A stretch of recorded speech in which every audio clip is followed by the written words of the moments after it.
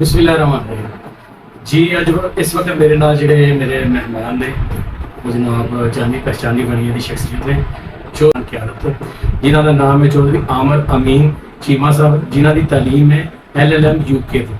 और माशाल्लाह एक पढ़ी लिखी फैमिली नाल तल्लक इन्हों और वेल नोन बंदे ने। इस वक्त इन्होंने मेरे चंद सवाल करा और उन्होंने का जवाब लवांगे। अस्सलाम वालेकुम जी। जी मतलब क्या हाल है? ठीक हो? राजी हो? अलहमदुलिल्लाह सर। सर थोड़े बारे मशहूर है कि माशाल्लाह तुसी एक बड़े अच्छे वर्कर हो और पार्टी के लिहाज नाल और लोगों दोस्तों के विच थोड़ा अच्छा नवी नस्ल के विच थोड़ा अच्छा जिन गल रख रखाओ कि थोड़ा हुण मकसद की गल सियासत विच एंट्री करन दा? बिस्मिल्लाहिर्रहमानिर्रहीम। गुजारिश ये है जी कि सियासत एंट्री तो साढ़े खानदान की पहले तो है, काफ़ी देर तो है तो क्योंकि असी इतों के रहने वाले लोग हाँ तो असी मामला अगे चलता रहा हो। साढ़े दादा जी मुख्तार चीमा साहब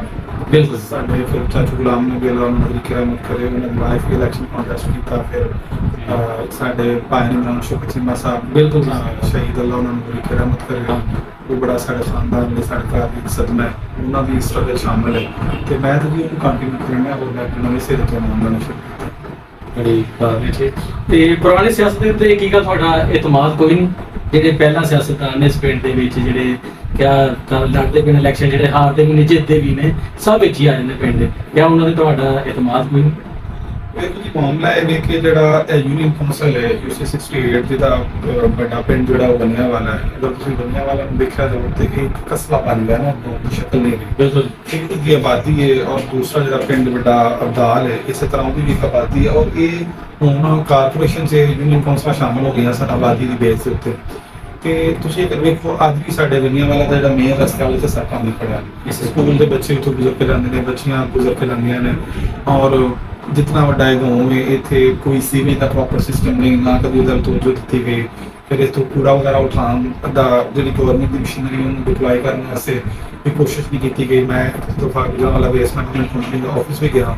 ਲੇਕਿਨ ਜਿਹੜੇ ਲੋਕ ਅਕਸਰ ਇਕਤਦਾਰ ਨੇ ਉਹਨਾਂ ਨੂੰ ਚਾਹੀਦਾ ਤੇ ਵੇਖੋ नहीं सही मामला चलता पाया तो जो ना सानू स्टैप लेना पाया है तो इस मामले के अंदर। ਤੇ ਚੀਮਾ ਸਾਹਿਬ ਤੁਹਾਡਾ ਤਰੀਕਾਕਾਰ ਕੀ ਹੋਏਗਾ, ਕਿਸ ਤਰ੍ਹਾਂ ਯਾਨੀ ਕਿ ਤੁਸੀਂ ਰਵਾਇਤੀ ਸਿਆਸਤ ਨੂੰ ਖਤਮ ਕਰੋਗੇ ਕਿ ਜਿਹੜਾ ਤਰੀਕਾਕਾਰ ਤੁਸੀਂ ਆਪਣਾ ਕਿਵੇਂ ਲੈ ਕੇ ਆਓਗੇ ਇਸ ਮੈਦਾਨ ਦੇ ਵਿੱਚ? ਤੁਹਾਡਾ ਜਿਹੜਾ ਵੀ ਤਬਦੀਲੀ ਦਾ ਸਲੋਗਨ ਕੀ ਹੈ? ਨਾ ਤੁਹਾਡਾ ਤਬਦੀਲੀ ਦਾ ਦਿਖਾਇਆ ਸੀ PTI ਦੀ ਤਰਫ, ਲੇਕਿਨ ਇੱਕ ਸਲੋਗਨ ਕਿਹੜਾ ਲੈ ਕੇ ਆ ਰਹੇ ਹੋ, ਜਿਹੜਾ ਮਕਸਦ ਕੀ ਲੈ ਕੇ ਆ ਰਹੇ ਹੋ ਜਿਹੜੇ ਲੋਕਾਂ ਨਵੀਂ ਜਨਰੇਸ਼ਨ ਨੂੰ ਕਿਆ ਇੱਕ ਨਾਅਰੇ ਦੀ ਕਰ ਰੱਖੋਗੇ ਜਾਂ ਨਾਲ ਲੈ ਕੇ ਚੱਲੋਗੇ? देखो जी मैं पहले दिन जिस दिन मैनू दोस्तां ने इस मामले के अंदर आख्या और मैं शामिल होया, मैं बड़ा क्लीयर कट अपने सारे जो दोस्त साहबाब ने जिन्हें बरादरियां सारियां साडे नाल अटैच ने उन्होंने कैटेगोरिकली बड़ा क्लीयर कट कहता सी कि अगर किसी एक दिन मेरे लहजे के अंदर या मेरे रवैये के नाल लगे कि मैं अपने आप को तुहाडे तो मुख्तलिफ या कोई बड़ा शख्स महसूस करना, तुसीं मैनूं मौके ते शर्मिंदा कर देना। देखो बात ये भी कि ये चीज़ एक्चुअल पैगंबर भी करते रहे ने ਤੇ ਸਾਬਾ ਵੀ ਕਰਦੇ ਰਹੇ ਨੇ, ਐਕਚੁਅਲ ਇਹ ਚੀਜ਼ ਹੈ ਖਿਦਮਤ ਦਾ ਨਾਮ ਹੈ ਸਿਆਸਤ ਕਰਨਾ, ਠੀਕ ਹੈ ਜੀ। ਪਰੇਸ਼ਾਨੀ ਉਦੋਂ ਬਣਦੀ ਹੈ ਕਿ ਜਦੋਂ ਤੁਸੀਂ ਇਸ ਚੀਜ਼ ਨੂੰ ਆਪਣੇ ਘਰ ਦਾ ਫਾਇਦਾ, ਆਪਣਾ ਜ਼ਾਤੀ ਫਾਇਦਾ, ਆਪਣੀਆਂ ਜ਼ਮੀਨਾਂ ਦਾ ਫਾਇਦਾ, ਜਦੋਂ ਇਹਨਾਂ ਮਕਸਦਾਂ ਲਈ ਤੁਸੀਂ ਆਪਣੇ ਡੇਰੇਦਾਰੀ ਦਾ ਫਾਇਦਾ ਯੂਜ਼ ਕਰਨ ਦਾ ਪੈਂਦਾ ਉਹਨਾਂ ਦੀ, ਉਦੋਂ ਮਸਲਾ ਬਣਦਾ ਹੈ। ਔਰ ਅੱਲਾਹ ਸ਼ਾਹ ਦੇ ਕਿ ਸਾਡਾ ਐਸਾ ਕੋਈ ਪਲਾਨ ਨਹੀਂ, ਅਸੀਂ 100% UC 68 ਦੀ ਆਪਣੇ ਗਾਉਂ ਦੀ ਅਬਦਾਲ ਦੀ ਇਹਨਾਂ ਦੀ ਬਿਹਤਰੀ ਵਾਸਤੇ कि ਜਿਹੜੇ ਇਹਨਾਂ ਦੇ ਮਸਾਇਲ ਨੇ ਇਤਨੇ ਵੱਡੇ ਕਸਬੇ ਬਣ ਗਏ ਨੇ, ਪੂਰਾ ਕ੍ਰਿਕਟ ਦੇ ਮਸਾਇਲ ਨੇ। ਚੀਮਾ ਸਾਹਿਬ ਆਪਣੀ ਬਰਾਦਰੀ ਤੇ ਇਨਸਾਰ ਕਰਦੇ ਹੋ ਕਿ ਦੂਸਰੀਆਂ ਬਰਾਦਰੀਆਂ ਤੇ ਵੀ ਤੁਹਾਨੂੰ ਹੈ ਵੇ ਕਿ ਵੋਟ ਮਿਲੇਗਾ? ਦੇਖੋ ਜੀ ਆਪਣੀ ਬਰਾਦਰੀ ਤੇ ਇੱਕ ਖਾਨਦਾਨ ਹੈ, ਬਸ ਉਹ ਪਹਿਚਾਣ ਲਈ ਹੁੰਦੀ ਹੈ। ਵੋਟ ਤੇ ਸਾਰੇ ਦੋਸਤ ਦੇਣਗੇ, ਸਾਰਿਆਂ ਨੂੰ ਨਾਲ ਲੈ ਕੇ ਚੱਲਾਂਗੇ, ਸਾਰੇ ਸਾਡੀ ਮਦਦ ਕਰਨਗੇ, ਸਾਡੇ ਕਾਫਲੇ ਦੇ ਅੰਦਰ ਸ਼ਾਮਲ ਹੋਣਗੇ, ਬਲਕਿ ਮੈਂ ਉਹਨਾਂ ਦੇ ਕਾਫਲੇ ਦੇ ਅੰਦਰ ਸ਼ਾਮਲ ਹੋਵਾਂਗਾ ਤੇ ਫਿਰ ਕੰਮ ਬਣੇਗੀ ਜੀ। ਇੱਕ ਬਰਾਦਰੀ ਦਾ ਦਿਨ ਹੀ ਮਾਮਲਾ ਹੈ। ਤੇ ਤੁਸੀਂ ਨੇ ਚੇਅਰਮੈਨ ਦਾ ਆਪਣਾ ਐਲਾਨ ਕੀਤਾ ਹੈ ਜੀ, ਤੇ ਵਾਈਸ ਚੇਅਰਮੈਨ ਦਾ ਕੀ ਕਿਆ ਬਣੀ ਦੇ ਵਿੱਚੋਂ ਆਏਗਾ ਜਾਂ ਅਬਦਾਲ ਤੋਂ ਕੀ ਤਰੀਕਾ ਕਰ? ਜੇ ਅਬਦਾਲ ਨਾਲ ਰਿਹਾ ਸਾਡੇ ਸੁਣ ਜਾ ਰਹੀ ਹੈ ਖਬਰਾਂ ਕਿ ਨਹੀਂ ਅਬਦਾਲ? ਦੇਖੋ ਜੀ ਇਹ ਚੀਜ਼ ਜਦੋਂ ਇਲੈਕਸ਼ਨ ਦਾ ਟਾਈਮ ਆਏਗਾ ਔਰ ਜੋ ਮੌਕੇ ਦੀ ਸੂਰਤ ਹੋਵੇਗੀ, ਜਿਹੜੇ ਦੋਸਤ ਸਾਡੇ ਨਾਲ ਚੱਲਦੇ ਨੇ ਪਏ, ਅਸੀਂ ਜਿਹੜੇ ਇਕੱਠੇ ਮਿਲ ਕੇ ਚੱਲਦੇ ਹਾਂ ਪਏ, ਉਹਨਾਂ ਸਾਰਿਆਂ ਦੀ ਮੁਸ਼ਾਵਰਤ ਦੇ ਨਾਲ ਹੀ ਮਾਮਲਾ ਹੋਏਗਾ। ਮੈਂ ਇਕੱਲਾ ਤੇ ਕੋਈ ਇਸ ਸੰਬੰਧ ਅੰਦਰ ਬਿਆਨ ਦੇਣ ਦੇ ਇਸ ਟਾਈਮ ਪੋਜੀਸ਼ਨ 'ਚ ਨਹੀਂ। ਜਦੋਂ ਵਕਤ ਆਏਗਾ ਅਗਰ ਦਾਲ ਨਾ ਰਿਹਾ ਫਿਰ ਉਦੋਂ ਉਸ ਹਿਸਾਬ ਦੇ ਨਾਲ ਫੈਸਲਾ ਹੋ ਜਾਏਗਾ। ਅਗਰ ਉਹ ਨਿਕਲ ਗਿਆ ਤੇ ਫਿਰ ਉਸ ਹਿਸਾਬ ਨਾਲ ਹੋ ਜਾਏਗਾ। ਇਸ ਜਿਹੜਾ ਵੀ ਅੱਜ ਦੇ ਦਿਨ ਤੁਸੀਂ ਬੜੇ ਅੱਛੇ ਭਾਈ ਦਾ ਨਾਮ ਲਿਆ ਚੌਧਰੀ ਇਮਰਾਨ ਸ਼ੌਕਤ ਚੀਮਾ ਸਾਹਿਬ। ਤੇ ਇਮਰਾਨ ਸ਼ੌਕਤ ਚੀਮਾ ਸਾਹਿਬ ਬਾਕੀ ਨੌ ਡੋਟ ਕੇ ਇੱਕ ਆਵਾਜ਼ ਆ ਰਹੀ ਸੀ ਕਿ ਐਤਕੀ ਉਹਨਾਂ ਦੇ ਚਾਂਸ ਹੈ ਨਹੀਂ, ਔਰ ਰੇਟਿੰਗ 'ਚ ਨੰਬਰ 1 ਜਾ ਰਹੇ ਸਨ ਕਿ ਅਗਰ ਰੇਟਿੰਗ ਕੀਤੀ ਜਾਏ ਕਿ ਸਭ ਸੈਟ ਹੋ ਕੇ ਇਮਰਾਨ ਸ਼ੌਕਤ ਚੀਮਾ ਬਾਕੀ ਇਸ ਵਕਤ ਤੁਸੀਂ ਤੇ ਠੀਕ ਸੀ ਤੇ ਅੱਲਾ ਨੇ ਉਹਨਾਂ ਨੂੰ ਮੌਕਾ ਨਹੀਂ ਦਿੱਤਾ। ਉਹਨਾਂ ਦੀ ਸਿਆਸਤ ਸੀ ਚਾਚੇ ਮੁਖਤਾਰ ਅੱਲਾ ਜੰਦਨ ਸੀ ਉਹਨਾਂ ਵਰਗੀ ਕਿ ਹਰ ਇੱਕ ਨੂੰ ਪਿਆਰ ਮੁਹੱਬਤ। ਕਿਆ ਤੁਹਾਡਾ ਵੀ ਉਹ ਵਿਰਾਸਤ 'ਚ ਤੁਹਾਨੂੰ ਚੀਜ਼ ਮਿਲੀ ਕਿ ਉਸੇ ਤਰ੍ਹਾਂ ਲਹਿਜਾ ਰੱਖਣਾ ਕਿ ਪਿਆਰ ਮੁਹੱਬਤ ਨਾਲ ਹਰ ਬਰਾਦਰੀ ਦੇ ਬੰਦੇ ਨੂੰ ਲੈ ਕੇ ਚੱਲਣ ਵਾਸਤੇ ਕਿਆ ਉਹ ਤਰੀਕਾਕਾਰ ਉਹਨਾਂ ਦਾ ਸੁਣਿਆ ਜਾਂ ਵੇਖਿਆ? ਬਿਲਕੁਲ ਜੀ, ਦਾਦਾ ਜੀ ਮੁਖਤਾਰ ਦਾ ਤਰੀਕਾਕਾਰ ਤੇ ਅਸੀਂ ਸੁਣਿਆ ਹੀ। ਉਦੋਂ ਤਾਂ ਮੈਂ ਮੇਰਾ ਖਿਆਲ ਬਹੁਤ ਛੋਟਾ ਬੱਚਾ ਸਾਂ, ਸ਼ਾਇਦ ਪੈਦਾ ਹੀ ਨਹੀਂ ਸਾਂ ਹੋਇਆ। ਤੇ ਉਸ ਤੋਂ ਬਾਅਦ ਸਾਡਾ ਇੱਕ ਖਾਨਦਾਨ ਦੇ ਅੰਦਰ ਖਲਾ ਆ ਗਿਆ ਸੀ ਪੋਲਿਟਿਕਸ ਦੇ ਹਵਾਲੇ ਦੇ ਨਾਲ। ਫਿਰ ਇਮਰਾਨ ਭਾਈ ਅੱਲਾਹ ਤਾਲਾ ਨੂੰ ਜਨਮ ਸੀ ਕਿ ਉਹਨਾਂ ਨੇ ਸਾਰੀ ਕੋਸ਼ਿਸ਼ ਕੀਤੀ। ਤੇ ਬਿਲਕੁਲ ਜੀ ਇਸੇ ਤਰ੍ਹਾਂ ਹੀ ਇੱਕ ਅੱਛਾ ਇਨਸਾਨ ਹੋ ਹੀ ਹੈ, ਚਾਹੇ ਉਹ ਸਿਆਸਤਦਾਨ ਨਹੀਂ ਹੋ, ਉਸ ਤਰ੍ਹਾਂ ਇੱਕ ਇਨਸਾਨ ਹੈ ਕਿ ਜਿਹੜਾ ਹਰ ਇੱਕ ਨੂੰ ਆਪਣੇ ਬਰਾਬਰ ਸਮਝੇ ਬਲਕਿ ਆਪਣੇ ਆਪ ਤੋਂ ਬਿਹਤਰ ਸਮਝੇ। ਤੇ ਮੈਂ ਸਮਝਦਾ ਹਾਂ ਕਿ ਇਹ ਬੜੀ ਕਲੀਅਰ ਕੱਟ ਗੱਲ ਹੈ ਕਿ ਅਸੀਂ ਜਿਹੜਾ ਉਹ ਇਸ ਹਵਾਲੇ ਦੇ ਨਾਲ ਜਿਹੜਾ ਹੈ, ਬਲਕਿ ਅਗਰ ਦੇਖੋ ਜੀ ਮੈਂ ਆਪਣੇ ਬਾਰੇ ਕੀ ਦੱਸ ਸਕਦਾ, ਮੇਰੀ ਦੇਖੋ ਇੱਕ ਏਜ ਹੈ, ਅਸੀਂ ਤੇ ਇੱਕ ਜ਼ਿੰਦਗੀ ਬਸਰ ਕਰਨ ਦਾ ਆ ਤੇ ਆਲਰੇਡੀ ਵੀ ਲੋਕਾਂ ਦੀ ਕਰਾਏ ਹੋਏਗੀ, ਲੇਕਿਨ ਅਸੀਂ ਆਪਣੇ ਵੱਲੋਂ ਤਾਂ ਕੋਸ਼ਿਸ਼ ਕਰੀ ਦੀ ਹੈ ਕਿ ਉਸਨੇ ਖਿਲਾਫ ਨਾਲ ਪੇਸ਼ ਆਈਏ। ਇਸ ਤਰ੍ਹਾਂ ਕਰੀਏ। ਮਾਸ਼ਾਅੱਲਾ ਤੁਹਾਡੇ ਵਾਲਦ ਸਾਹਿਬ ਦਾ ਵੀ ਹੈ ਜੀ, ਮਾਸਟਰ ਸਾਹਿਬ ਵੀ ਜਿਹੜੇ ਨਾ ਪੜ੍ਹੀ ਲਿਖੀ ਫੈਮਿਲੀ, ਤਾਂ ਹੀ ਮੈਂ ਕਿਹਾ ਕਿ ਮਾਸਟਰ ਅਮੀਨ ਸਾਹਿਬ ਵੀ ਤੇ ਉਸ ਤੋਂ ਇਲਾਵਾ ਜਿਹੜਾ ਸਰਜੀ ਵੱਡੇ ਵਾਲਾ ਜੰਦ ਸੀ ਕਰੇ, ਉਹਨਾਂ ਨੇ ਵੀ ਇਸੇ ਤਰ੍ਹਾਂ ਸਾਡੇ ਬੱਚਿਆਂ ਨਾਲ ਹਰ ਇੱਕ ਨਾਲ ਪਿਆਰ ਨਾਲ ਔਰ ਪਿੰਡ ਦੀ ਕਾਬਸ਼ਾਂ ਅੱਜ ਤੁਹਾਡੇ ਚਾਚਾ ਜੀ ਆਉਣ ਦੀ ਵਜ੍ਹਾ ਤੋਂ ਸੀ ਗਿਆ ਤੇ ਬਣੀ ਚਾਹੀਏ। ਉਹ ਦਰਖਾਸਤ ਹੈ, ਇਹ ਸ਼ਾਇਦ ਤੁਹਾਨੂੰ ਪੁਆਇੰਟ ਨਹੀਂ ਸੀ ਯਾਦ ਹੋਣਾ, ਉਹ ਦਰਖਾਸਤ ਹਾਂਜੀ ਔਰ ਤੁਰੇ ਰਹੇ ਨੇ। ਔਰ ਮੈਂ ਨਾਜ਼ਰੀਨ ਤੁਹਾਨੂੰ ਇੱਕ ਗੱਲ ਦੱਸਾਂ, ਕੋਈ ਕਾਰ ਦੇ ਨਹੀਂ ਗਏ,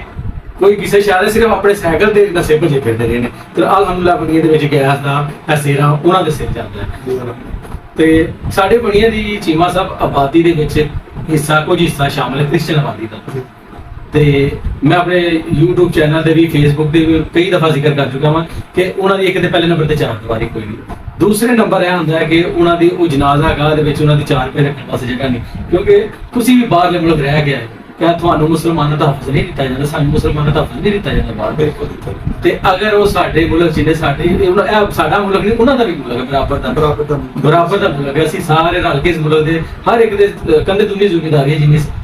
ਇੱਕ ਮੁਸਲਮਾਨ ਦੇ ਉਨੀ ਕ੍ਰਿਸਚਨ ਦੇ ਵੀ ਜ਼ਿੰਮੇਦਾਰੀ ਹੈ। ਤੇ ਕਿਆ ਉਹਨਾਂ ਵਾਸਤੇ ਕਿਆ ਕੋਈ ਇਨਸਾਫ ਹੀ ਨਹੀਂ ਹੈ?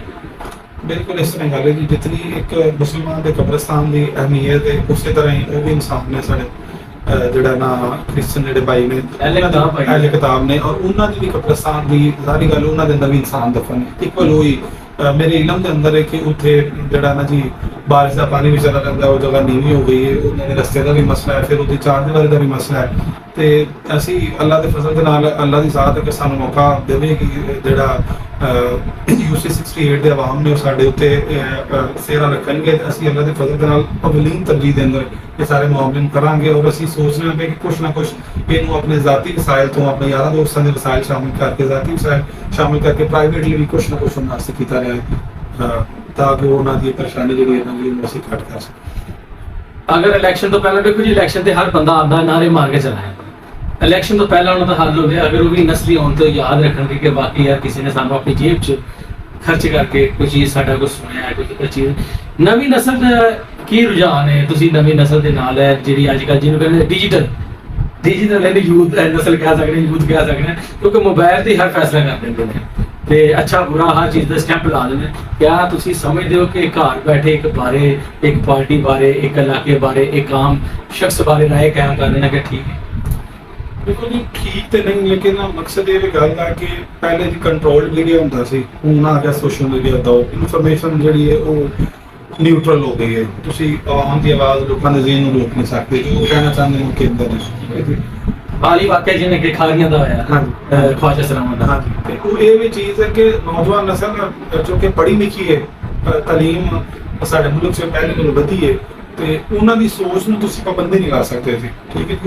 ਉਹਨਾਂ ਦੀ ਸੋਚ ਅਗਰ ਕਿਸੇ ਜਗ੍ਹਾ ਤੇ ਗਲਤ ਹੈ ਤੁਸੀਂ ਪੁਆਇੰਟ ਆਊਟ ਕਰ ਸਕਦੇ ਹੋ, ਉਹਨਾਂ ਨੂੰ ਸਮਝਾ ਸਕਦੇ ਹੋ, ਲੇਕਿਨ ਤੁਸੀਂ ਉਹਨਾਂ ਨੂੰ ਰੋਕ ਨਹੀਂ ਸਕਦੇ। ਠੀਕ ਹੈ ਜੀ।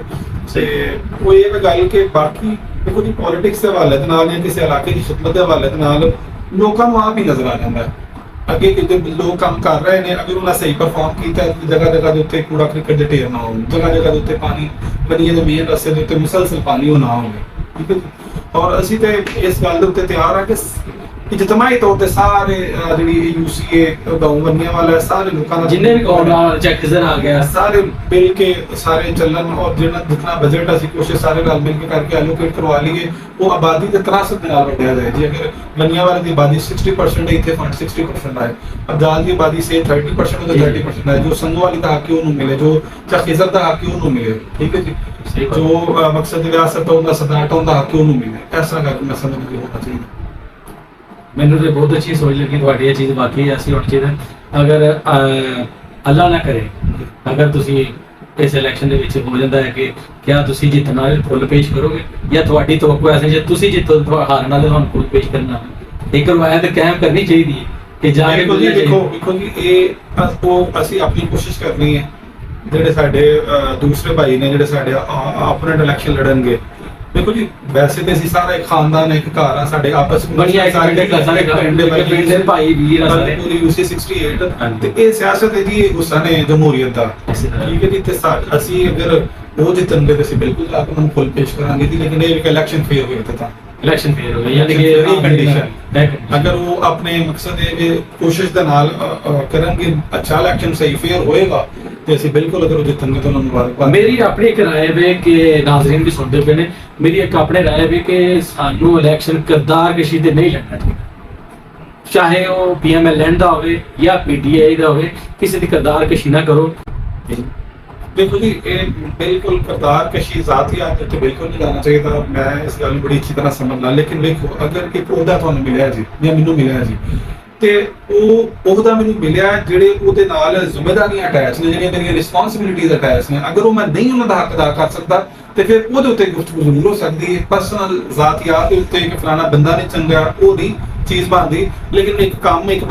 ਬੰਦਾ ਅਗਰ ਉਹ ਹੁਕੂਮਤ ਕਰਨ ਡਿਆ ਹੈ ਜਿਵੇਂ ਅਸੀਂ ਇੱਕ ਸਰਕਾਰੀ ਅਫੀਸਰ ਤੋਂ ਐਕਸਪੈਕਟ ਕਰਨਾ ਕਿ ਯਾਰ ਤੈਨੂੰ ਜਿਹੜੀਆਂ ਤੇਰੀਆਂ ਰਿਸਪੌਂਸਿਬਿਲਿਟੀਆਂ ਨੇ ਜਿਵੇਂ ਇੱਕ ਥਾਣੇ ਦਾ ਐਸਐਚਓ ਤੋਂ ਐਕਸਪੈਕਟ ਕਰਨਾ ਕਿ ਤੂੰ ਉਹਨਾਂ ਨੂੰ ਪੂਰੀਆਂ ਕਰ ਅਗਰ ਉਹ ਨਹੀਂ ਪੂਰੀਆਂ ਕਰੇਗਾ ਉਹਦੇ ਉੱਤੇ ਗੁਫ਼ਤਗੂ ਜ਼ਰੂਰ ਹੋ ਸਕਦੀ ਹੈ ਜ਼ਾਤੀਆਤ ਦੇ ਉੱਤੇ ਬਿਲਕੁਲ ਤੁਸੀਂ ਠੀਕ ਫਰਮਾ ਰਹੇ ਹੋ ਕਿ ਨਹੀਂ ਮਕਸਦ ਹੱਕ ਦੇ ਕਰਦੇ ਇਸ ਤਰ੍ਹਾਂ ਮਾਸ਼ਾਅੱਲਾ ਬਹੁਤ ਖੁਸ਼ੀ ਹੈ ਤੁਹਾਡੇ ਨਾਲ ਤੁਹਾਡੇ ਖਿਆਲਾਤ ਜਿਸ ਤਰ੍ਹਾਂ ਸੁਣਿਆ ਸੀ ਠੀਕ ਹੈ ਮੈਂ ਦੂਸਰੇ ਵੀ ਜਿਹੜੇ ਉਮੀਦਵਾਰ ਨੇ ਉਹਨਾਂ ਦਾ ਨੂੰ ਵੀ ਇਹੀ ਚਾਹਾਂਗਾ ਕਿ ਖਿਆਲਾਤ ਇਸ ਤਰ੍ਹਾਂ ਦੇ ਪੋਜ਼ਿਟਿਵ ਰੱਖਣ ਲੜਾਈ ਝਗੜਿਆਂ ਦੀ ਐਸੀ ਸਿਆਸਤ ਅਸੀਂ ਨਾ ਕਰੀਏ ਕਿ ਜਿਹੜਾ ਪਿੰਡ ਸਾਡਾ ਬਹੁਤ ਅੱਗੇ ਨਿਕਲ ਜਾਏ ਅਸੀਂ ਪਿਆਰ ਮੁਹੱਬਤ ਨਾਲ ਚੱਲੀਏ ਔਰ ਜਿਹਦਾ ਹੱਕ ਹੈ ਜਿਹਦਾ ਮੈਂਡੇਟ ਹੈ ਉਹਨੂੰ ਅਸੀਂ